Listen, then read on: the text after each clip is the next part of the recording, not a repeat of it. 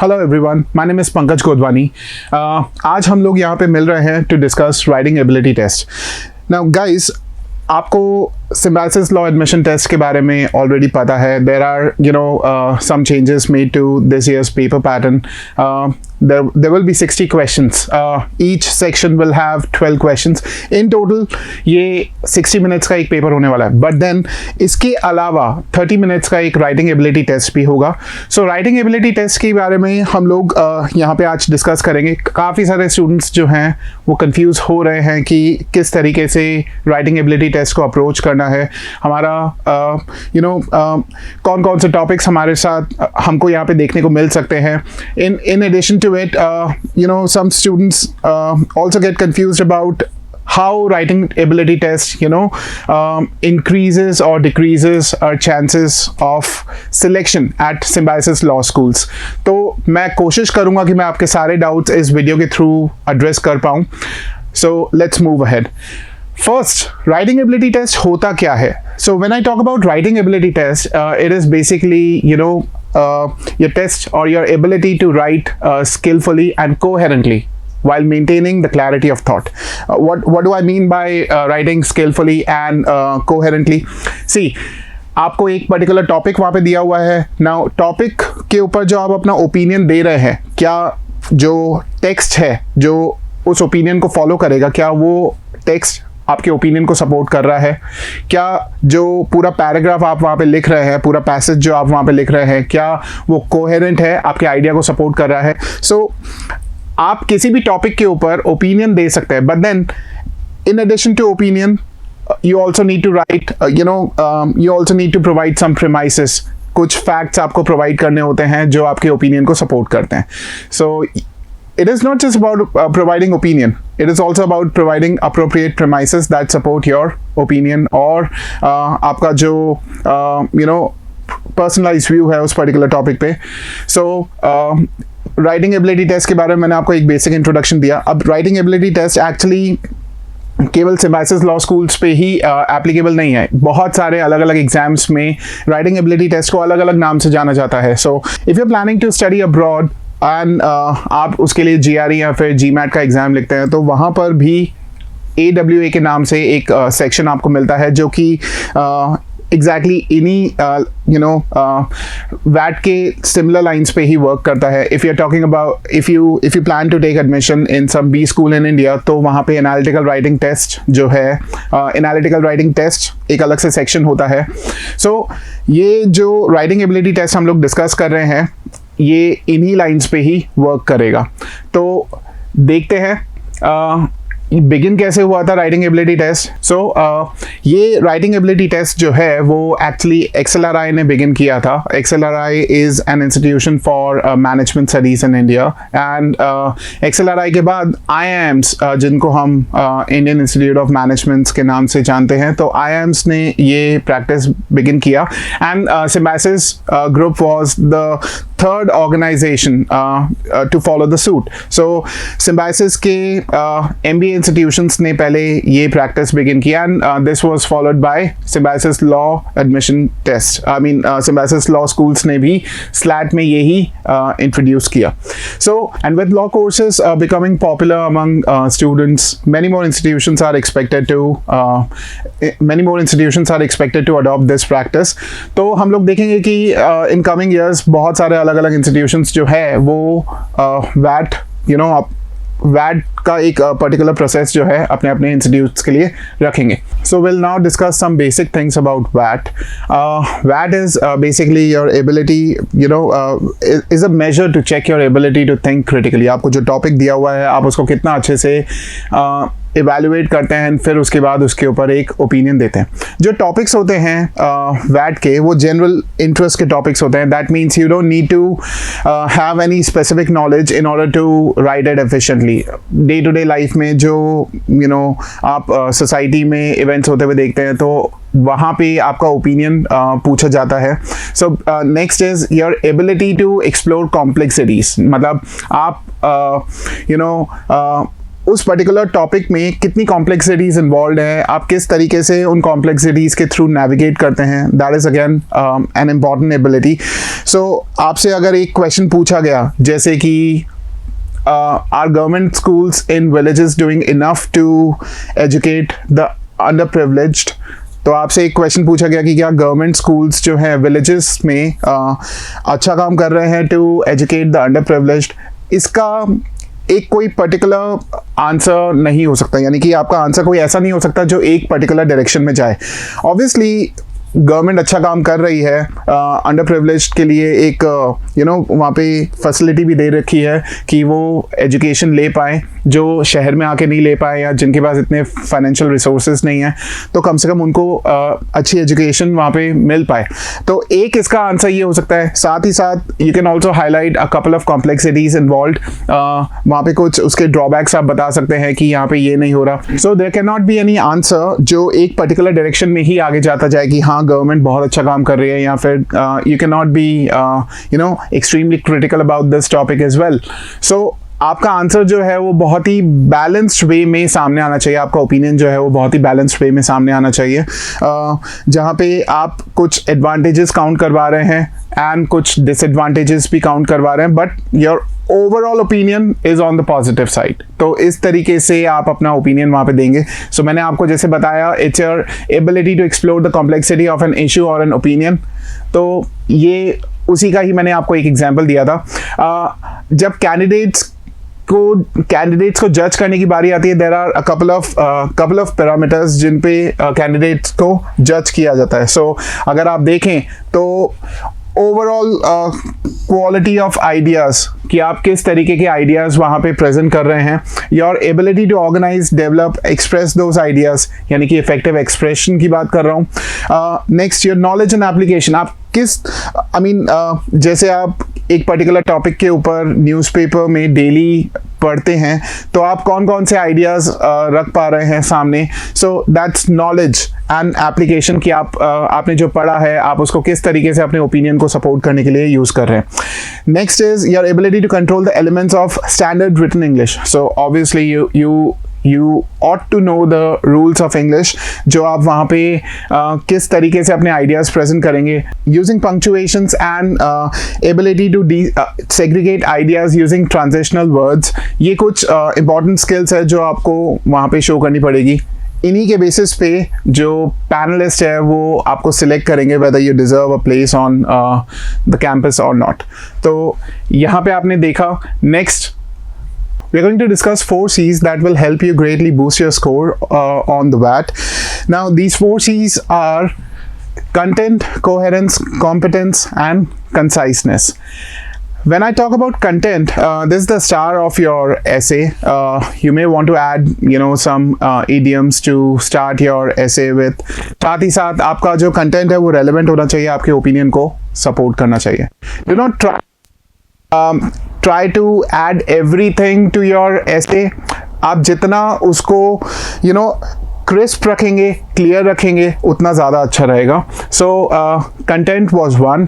Coherence, this goes hand in hand with content. Reason, आपका content जितना अच्छा है बट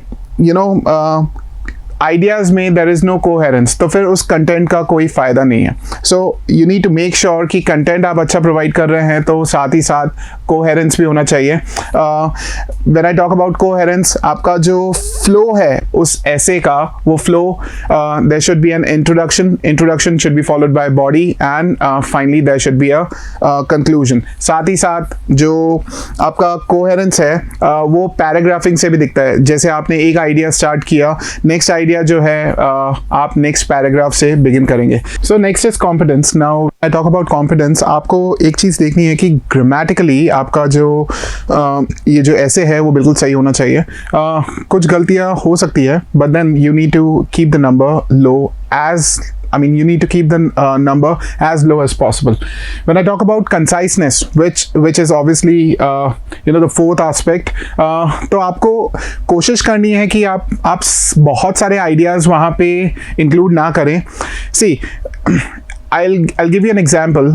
दो स्टूडेंट्स हैं, एक जो 450 वर्ड्स के आसपास अपना ऐसे लिख के ख़त्म कर रहा है, एक जो 700 वर्ड्स के आसपास लिख के अपना ऐसे ख़त्म कर रहा है. नाउ अगर 450 वर्ड्स वाले ऐसे में आइडियाज़ जो है, ये बाकी सारे जो सीज हैं वो प्रॉपर्ली दिखाई दे रहे हैं, लैंग्वेज बहुत अच्छी है, जो आपने ओपिनियन दिया है या फिर जो आपने पॉइंट्स रखे हैं, they are supported by examples. So I think the essay that has 450 words will obviously have an upper hand over the other one.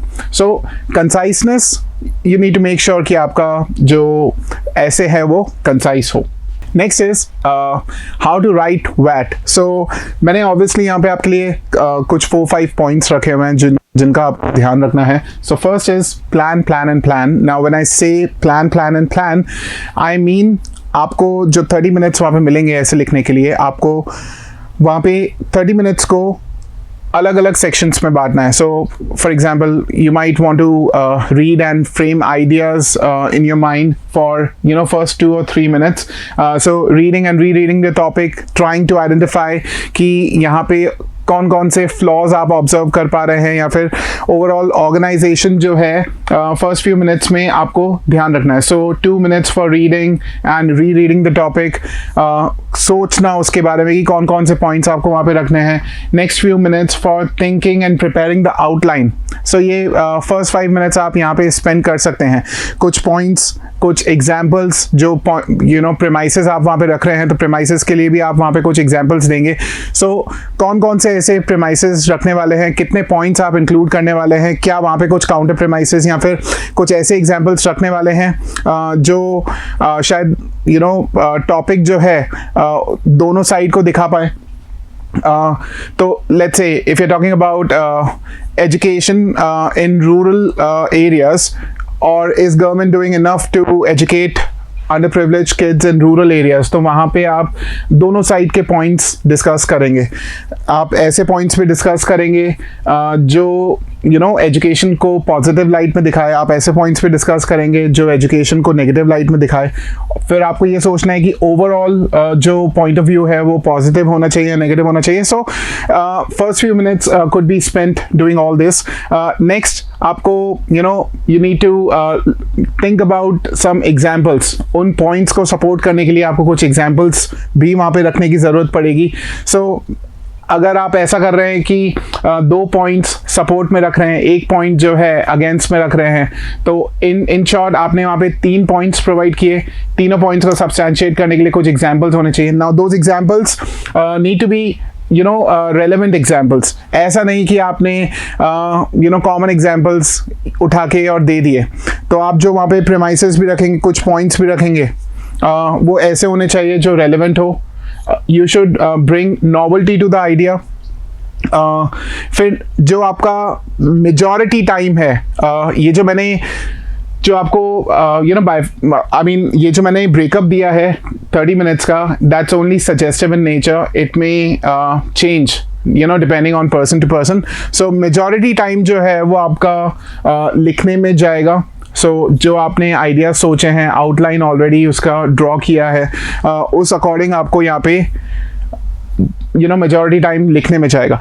What you need to make sure is आपको यहाँ पे कुछ time जो है revision के लिए ज़रूर रखना है. बाय रिविजन आई मीन आपने लिखा, क्योंकि कभी कभार ऐसा होता है कि हम लोग जब लिख रहे हैं तब इतना सोच नहीं पाते कि क्या ये वाकई में सही है यहाँ पे. But then there might be some instances जहाँ पे आप उसको आपने अगर री रीड किया तो आपको गलती वहाँ पे पता चल जाएगी. So you need to have some time to make corrections as well. Next is be particularly concern with the structure. So आपका जो स्ट्रक्चर है वो इंट्रोडक्शन, बॉडी एंड कंक्लूजन, इन तीनों में कोहेरेंस के साथ प्रेजेंट होना चाहिए. आपका ऐसे जो है वो पैराग्राफ्स में शो होना चाहिए. So for example first paragraph और introduction rather may have around 150 words. 120 से 150 वर्ड्स के बीच में आपका एक इंट्रोडक्शन हो सकता है. फिर आप अगर बॉडी की बात करें तो बॉडी जो है वो कुछ 250 से 300 वर्ड्स की हो सकती है. Likewise, there can be a short conclusion. 1 or a 2 line conclusion as well. तो आपको ये सारी चीज़ें पैराग्राफ्स में दिखानी है. सो मेक श्योर नया आइडिया नए पैराग्राफ से ही आप बिगिन करें. Using transitional phrases is very important. मैंने आपको बताया था जब हमने कॉन्फिडेंस की बात की थी, तो मैंने आपको बताया था कि आपको ग्रामेटिकल एरर्स को कम से कम रखना है. प्लस आप चाहें तो ट्रांजिशनल वर्ड्स का वहाँ पे यूज़ करें. सो एक आइडिया से दूसरे आइडिया की तरफ अगर आप जा रहे हैं, अगर सेम डायरेक्शन में आइडिया जा रहा है, you may want to use transitional words like moreover, similarly, likewise, in addition to. अगर ऑपोजिट आइडिया दे रहे हैं तो हाउएवर, डिस्पाइट, व्हाइल, नेवरदलेस. वैसे ही बॉडी से जब आप कंक्लूजन पे जा रहे हैं तो आप कुछ ट्रांजिशनल. तो ये जो ट्रांजिशनल वर्ड्स हैं, ये ट्रांजिशनल वर्ड्स एक्चुअली एक आइडिया से दूसरे आइडिया पे आप मूव कर रहे हैं, तो क्लियरली और रीडर को बताता है कि यहाँ पे आइडिया थोड़ा सा चेंज हो रहा है. सो मैंने आपको बताया था अगर आप ये सारी चीज़ें फॉलो करते हैं, तो अगर आप एक 450 वर्ड्स का भी वहाँ पे ऐसे लिख के आते हैं, तो you will have an upper hand over the one who writes 600 or a 700 word passage. तो ये transitional words थे. Next, commitment. Now this is very important. You should not be afraid to take position there. आपकी जो position है उस पर आपको जज नहीं किया जाएगा. फॉर एग्जाम्पल, एक छोटा सा एग्जाम्पल दिया मैंने, should sex education be given to school children in India. तो अब अगर आप सेक्स एजुकेशन की बात करते हैं, it is still considered a taboo. अगर आपने बोला हाँ स्टूडेंट्स को सेक्स एजुकेशन मिलनी चाहिए स्टूडेंट्स को स्कूल्स में, तो जो एग्जामिनर है आपको आपके ओपिनियन के बेसिस पे जज नहीं करेगा. लाइकवाइज आप देखें तो एक जैसे क्वेश्चन है या फिर ऐसा ही एक टॉपिक आया है, should prostitution be legalised in India. तो अगर आपने हाँ बोला तो जो एग्जामिनर है या जो पैनलिस्ट है वो आपको आपके हाँ के बेसिस पे जज नहीं करेगा कि अरे ये तो ऐसी थिंकिंग रखता है. नहीं, आपने जो बोला है उसको आप प्रॉपर पॉइंट्स के साथ सब्सटेंशिएट अगर करेंगे, क्योंकि देखा जाए तो अगर आप सेक्स प्रोस्टिट्यूशन को अगर लीगलाइज भी आप कर दें तो I think it's going to add to the government kitty. So एक प्रैक्टिकल एग्जांपल आपने वहाँ पे दिया. So you need to make sure कि आप जो भी वहाँ पे ओपिनियन ले रहे हैं, you need to be committed to your opinion and उस अकॉर्डिंग आपको वहाँ पे पॉइंट्स रखने, उसको सब्सटेंशिएट करना है. कुछ ऐसे वीक फ्रेजेस जैसे it is, there is, I feel, I think, in my opinion, आप इनको अवॉइड करें. शो कमिटमेंट, इसमें कोई बुराई नहीं है जब आप अपना ओपिनियन रखते हैं. तो नेक्स्ट, बी ऑर्गेनाइज्ड. सो मैंने आपको बताया प्रॉपर राइटिंग स्टाइल होनी चाहिए. ऑर्गेनाइजेशन जो है आपके ऐसे का वो बहुत मैटर करता है. Clearly state your critique in analysis of argument essay. Sometimes, while writing the VAT, you might want to state an example, that confutes fallacious reasoning. तो आपने, कोई ऐसा टॉपिक आता है जहाँ पे आप कुछ, मिस्टेक भी आइडेंटिफाई करते हैं, तो अगर आप उस मिस्टेक को हाईलाइट करते हैं, you might get some brownie points there. So मैंने अब आपके लिए यहाँ पे एक एग्जाम्पल रखा हुआ है.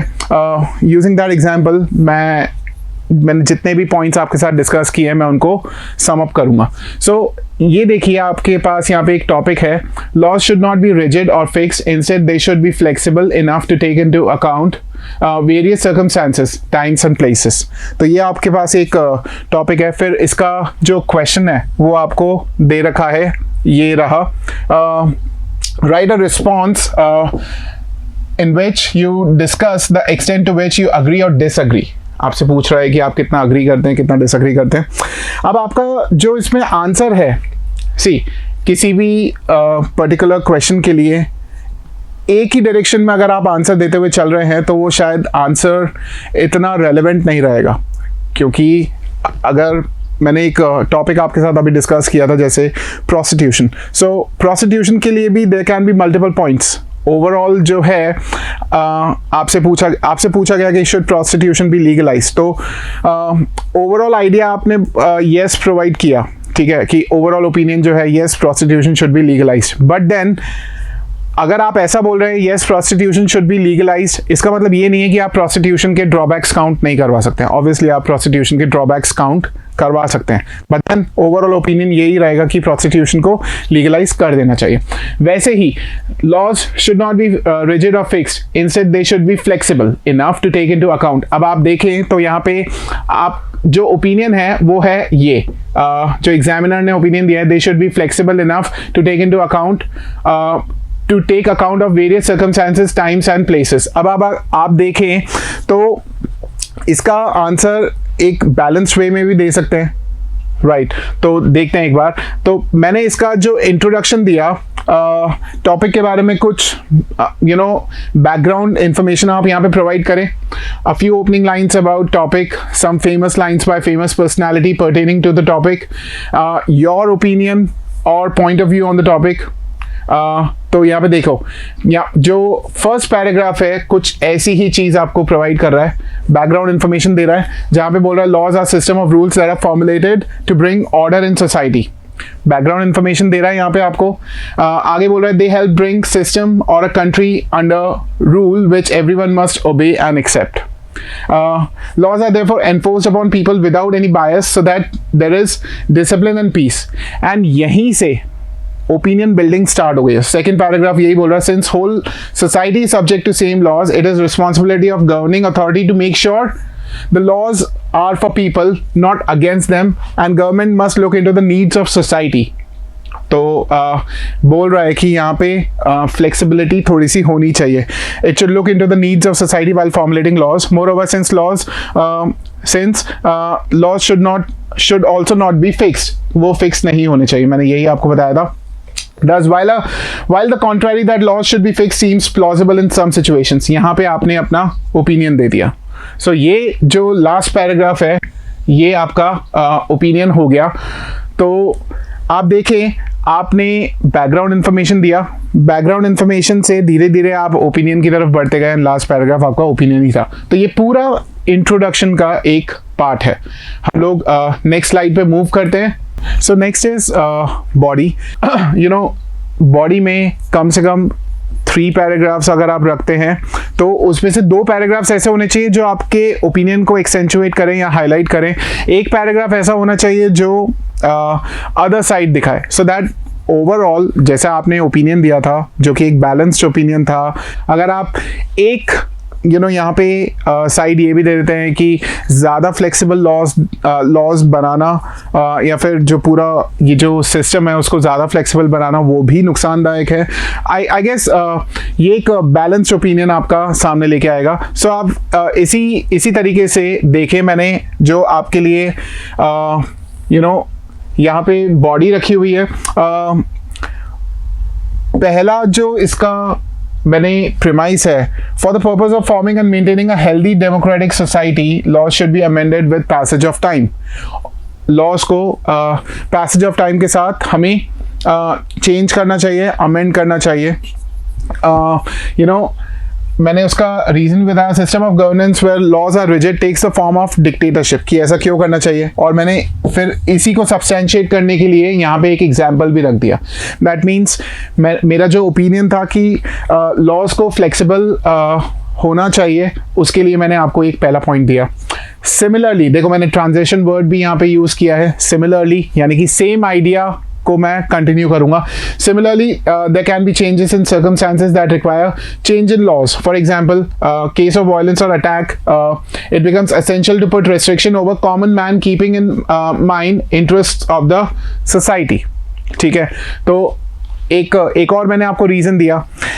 ऐसा ही अगर आपने हमारे रीसेंट टेस्ट्स अगर अटेम्प्ट किए हैं तो वहाँ पे मैंने सेडिशन लॉ के ऊपर भी कुछ पैसेजेस रखे थे। सेडिशन लॉ का भी आप यहाँ पे एक एग्जांपल यूज़ कर सकते थे कि सेडिशन लॉ जो है गवर्नमेंट बार बार उसको यूज़ कर रही है to suppress dissent against the government. तो सेडिशन लॉ की कोई ज़रूरत नहीं है, तो उसे रिपील किया जाना चाहिए। क्यों? क्योंकि there are many other laws जो सेडिशन में जो है उस पर्पस को फुलफिल करते हैं, तो सेडिशन लॉ की कोई ज़रूरत नहीं है। तो वो वाला एग्जाम्पल भी आप यहाँ पे रख सकते थे। तो आपने देखा there can be multiple ways जहाँ से आप अपने ओपिनियन को सपोर्ट दे सकते हैं। लाइकवाइज मैंने फिर एक वापस ट्रांजिशन वर्ड यूज किया, हाउएवर। अब आप इसको अगर पढ़ें, the change in laws should not be made at the click of a finger as in such systems importance of laws is diminished. तो मैंने आपको एक ये एग्जाम्पल भी दिया जो अदर साइड को रिप्रेजेंट कर रहा है, राइट।